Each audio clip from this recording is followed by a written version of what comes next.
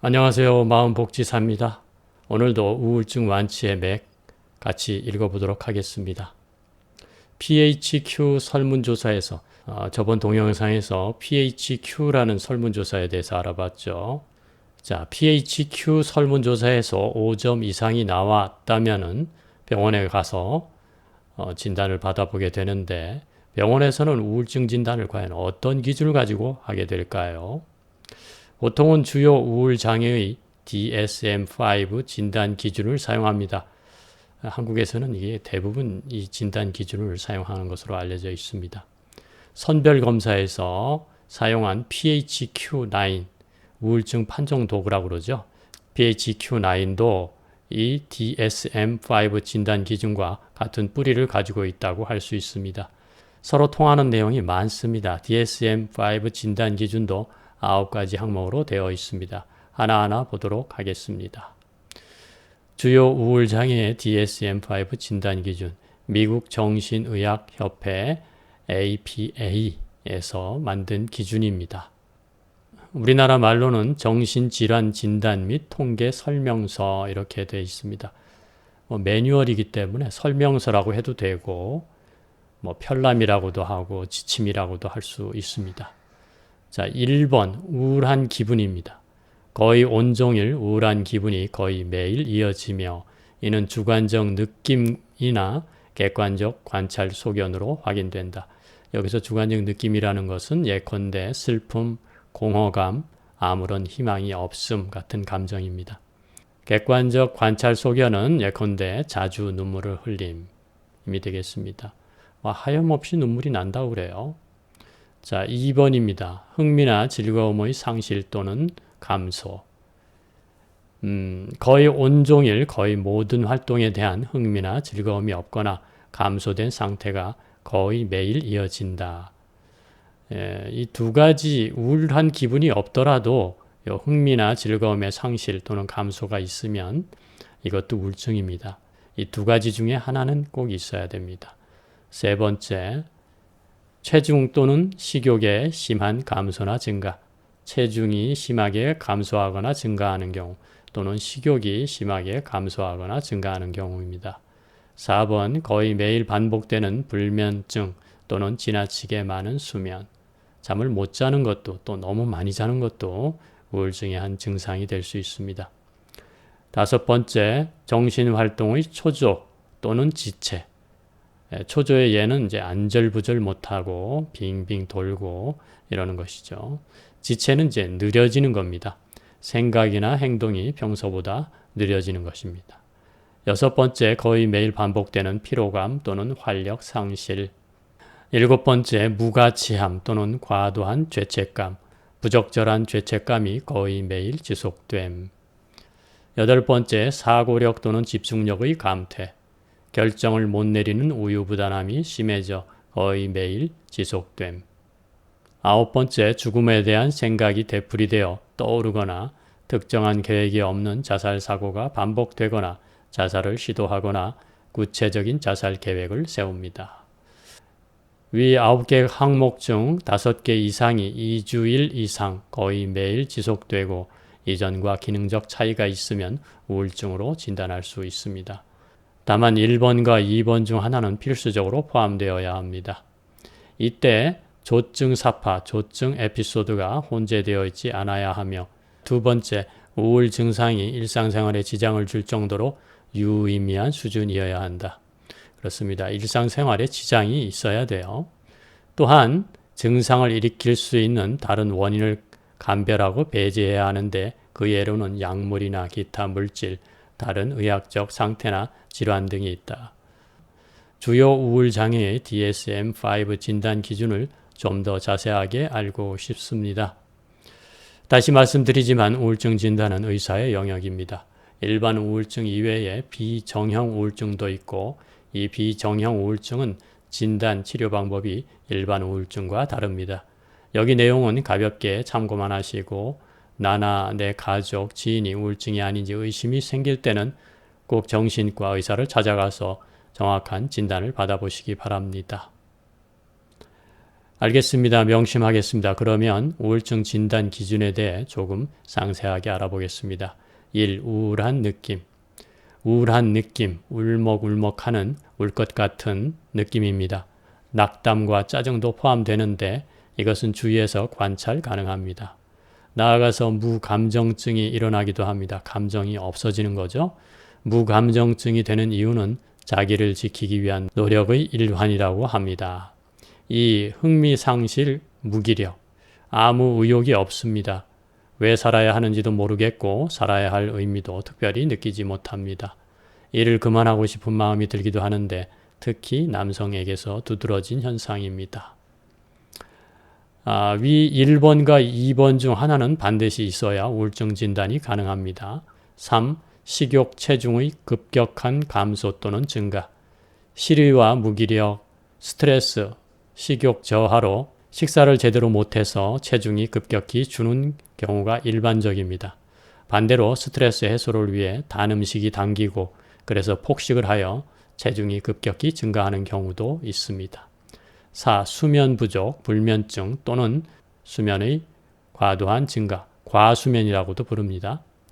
잠이 줄어서 불면증이 오거나 계속 잠을 자는 과수면입니다. 불면증에는 다음 세 가지가 포함됩니다. 1. 잠의 시작이 어렵다. 30분 안에 잠이 들지 못하는 거고요. 2. 중간에 깬다. 얕은 잠을 잔다. 3. 새벽에 일찍 깬다. 5. 정신활동이 느려짐 또는 빨라짐. 생각의 속도가 느려집니다. 집중도 안 되고 공부가 안 되며 몸의 움직임도 느려집니다. 반대로 조증인 경우는 생각이 빨라지고 아이디어도 많이 떠오릅니다. 조우울증은 우울과 조증이 번갈아가며 진행되는 경우인데 이것 역시 우울증의 하나라고 볼 수 있습니다. 초조성 우울이 있기도 한데 가만히 앉아있지 못하고 좌불안석으로 안절부절 못하고 집안에서 서성대거나 같은 자리를 빙빙 돕니다. 6. 피로, 심한 피로를 느끼고 무기력함을 느낍니다. 7. 집중력, 결정력 저하. 대화를 해도 집중이 되지 않아 자꾸 놓칩니다. TV를 봐도 내용이 머리에 들어오지 않습니다. 결정을 제대로 못하고 생활이 우유부단해집니다. 8. 무가치함, 죄책감. 자기 스스로 아무 가치가 없게 느껴지고 온갖 죄책감에 시달립니다. 이런 생각이 꼬리에 꼬리를 물고 계속 이어집니다. 9. 죽음에 대한 생각. 자살 생각이 거의 매일 일어납니다. 죽음에 대한 공포가 있는 것은 아닙니다. 죽고 싶다는 생각을 구체적, 지속적으로 한 적이 있습니까? 이렇게 죽음에 대한 질문을 하는 것은 우울증의 키에 해당되는 질문입니다. 죽는 방법 검색, 수면제 등 약 모으기, 자살 사이트 검색 등 구체적인 방법을 모색하는 경우는 빨리 병원 문을 두드리셔야 합니다. 위 증상 중에서 5개 이상이면 우울증 진단이 가능한데 다만 아래 두 요건을 갖추어야 우울증 진단을 합니다. 1. 2주일 이상 지속된다. 2. 일상생활에 지장이 있다. 회사 업무에 펑크가 나는 등. 우울증 진단 기준을 보니 우울증 증상이 어떨지 대충은 알 수 있겠습니다. 우울증 증상을 기본 증상, 신체 증상, 인지 증상으로 나누어 설명하기도 합니다. 1. 기본 증상. 먼저 기본 증상 4가지입니다. 이 증상들은 가족이나 주위 사람들이 관찰 가능합니다. 1. 우울한 느낌입니다. 울 것 같은 느낌, 울먹울먹한 느낌, 슬픈 느낌이 들고 기분이 착 가라앉습니다. 하루 동안에도 차이가 있는데 아침에 일어났을 때 가장 힘들고 오후에는 나아지고 저녁에는 더 좋아지는 것이 보통입니다. 2. 불안, 초조, 짜증입니다. 쫓기는 기분이 들고 나아가 분노와 짜증이 나고 남 탓을 하기 쉽습니다. 갑자기 폭발하는 분노 조절 장애가 나타나기도 합니다. 3. 눈물이 쉽게 나오고 멈추지를 않습니다. 누구인가에게 내 이야기를 하려고 하면 또는 혼자 앉아서 내가 잘 살고 있는가 생각하려고 하면 하염없이 눈물이 납니다. 4. 흥미가 없고 의욕이 없습니다. 재미있는 것도 없고 하고 싶은 것도 없고 무기력한 상태입니다. 제일 중요한 증세입니다. 일을 그만하고 싶어지기도 하고 무감정증이 생기기도 합니다. 2. 신체 증상. 이번에는 신체 증상 4가지입니다. 1. 잠이 줄거나 늘어납니다. 불면증을 겪거나 과수면으로 계속 잡니다. 불면증인 경우는 우선 잠을 자기가 어렵습니다. 자리에 누워도 자려면 30분 이상이 걸립니다. 누우면 오만 생각이 들어 잠이 오지 않습니다. 자더라도 중간에 깹니다. 수면의 질이 떨어지고 얕은 잠을 잡니다. 악몽을 꾸고 꿈을 자주 꿉니다. 그리고 새벽에 일찍 깹니다. 이 몸이 아픕니다. 신경성 질환은 다 생깁니다. 두통, 몸살, 어지러움, 소화불량, 구토, 설사, 변비, 목, 어깨, 허리 등 관절 통증 등등. 병원에서 검사해도 뚜렷하게 원인을 찾지 못하는 경우가 많습니다. 내과 등 다른 병원을 두세 군데는 거친 다음에 정신과 병원에 오게 됩니다. 명치가 답답하고 화병도 생깁니다. 이런 증상들이 돌아가면서 나타납니다. 교감신경과 부교감신경의 균형에 문제가 발생했다고 볼 수 있고, 그래서 자율신경 실조증, 자율신경 기능 이상과 밀접하게 관련되어 있기도 합니다. 식욕과 체중이 늘거나 줄어들거나 합니다. 식욕이 없고 식사를 제대로 하지 못해 체중이 주는 경우가 흔합니다. 반대로 단 음식이 당겨서 자꾸 먹다 보니 체중이 증가하는 경우도 있습니다. 4. 피로합니다. 피곤하고 무기력해집니다. 3. 인지 증상입니다. 마지막으로 인지 증상 5가지입니다. 1. 부정적 생각을 계속 반추하고 되새김질하고 반복합니다. 나쁜 경험과 생각에서 헤어나지 못합니다. 이것도 싫고 저것도 안 될 것 같고 저 사람도 나를 미워하는 것 같고 저 사람도 날 싫어하는 것 같고 등등 나쁜 생각이 계속 맴돕니다. 환자들이 제일 힘들어하는 부분입니다. 이 자존감에 상처를 입습니다. 자신이 무가치하게 느껴지고 죄책감이 몰려옵니다. 전에는 내가 괜찮은 사람이었던 것 같은데 이제는 자기 스스로가 쓸모없는 사람, 못난 사람, 가치 없는 사람처럼 느껴집니다. 쓸데없는 죄책감이 생깁니다. 나 때문에 우리 가족이 잘못되는 것 같고 나 때문에 주위 사람들이 힘들어하는 것 같은 쓸데없고 지나친 자책감이 꼬리를 뭅니다. 세상에는 100% 남 탓도 100% 내 탓도 없고 자기 방어 기제로 남 탓을 하는 쪽으로 흐를 법도 한데 내 탓 쪽으로 급격히 흐를 때 우울증 위험에 강하게 노출됩니다. 3. 생각의 속도가 떨어지고 집중력이 떨어집니다. 마음뿐 아니라 몸의 움직임도 느려집니다. 평소에 좋아하는 영화나 드라마가 눈앞에 돌아가는데도 머릿속에 하나도 안 들어온다든지 책을 몇 페이지도 읽지 못합니다. 대화를 해도 내용을 자주 놓칩니다. 단기 기억이 떨어져서 건망증이 심해집니다. 연세 드신 분은 내가 치매 아닌가 하고 혼동을 하기도 합니다. 초조성 우울증의 경우는 좌불안석으로 집에서 빙빙 돕니다. 4. 결정하는 능력이 떨어집니다. 결정장애가 생긴 듯이 작은 것도 결정을 못하고 우유부단해집니다. 바로바로 선택을 못합니다. 그러므로 중요한 결정은 반드시 우울증이 완치된 후에 해야 합니다. 5. 외로움, 소외감, 절망감, 죽음 생각, 자살 충동이 생깁니다. 이 세상 아무도 내 마음을 몰라주는 것 같은 외로움이나 소외감, 혹은 내일은 오늘보다 더 힘들 것 같은 희망이라고는 없는 것 같은 절망감이 듭니다. 죽음, 사후세계를 생각하게 되고 심지어 죽고 싶다, 죽어버릴까 하는 자살 사고, 자살 충동을 하게 됩니다. 거의 매일 그렇습니다. 죽음에 대한 공포가 생기는 것은 아닙니다. 우울해서 자살하는 것이 아니라 우울증의 하나의 증상으로서 자살 사고, 자살 충동이 생기는 것입니다.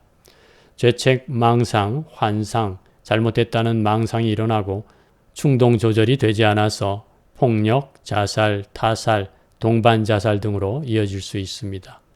우울증에서 조금 회복되었을 때 자살이 가장 빈번히 일어납니다. 병원에서 태어난 날 가장 자살이 많다고 합니다. 기력이 없어서 자살을 실행하지 못하다가 기력이 조금 회복되면 자살할 힘이 생겨서 자살을 실행하는 것입니다. 질병으로 인한 사망 원인 가운데 4위가 우울증으로 인한 자살입니다. 1등이 뇌질환, 2등이 심장질환, 3등이 혈관질환, 4등이 자살입니다. 하루 종일 자살 생각을 하는데 대부분 다음 2가지 생각을 하게 됩니다. 첫째, 어떻게 가족들에게 피해 안 주고 자살하지? 두 번째, 어떻게 고통 없이 자살하지?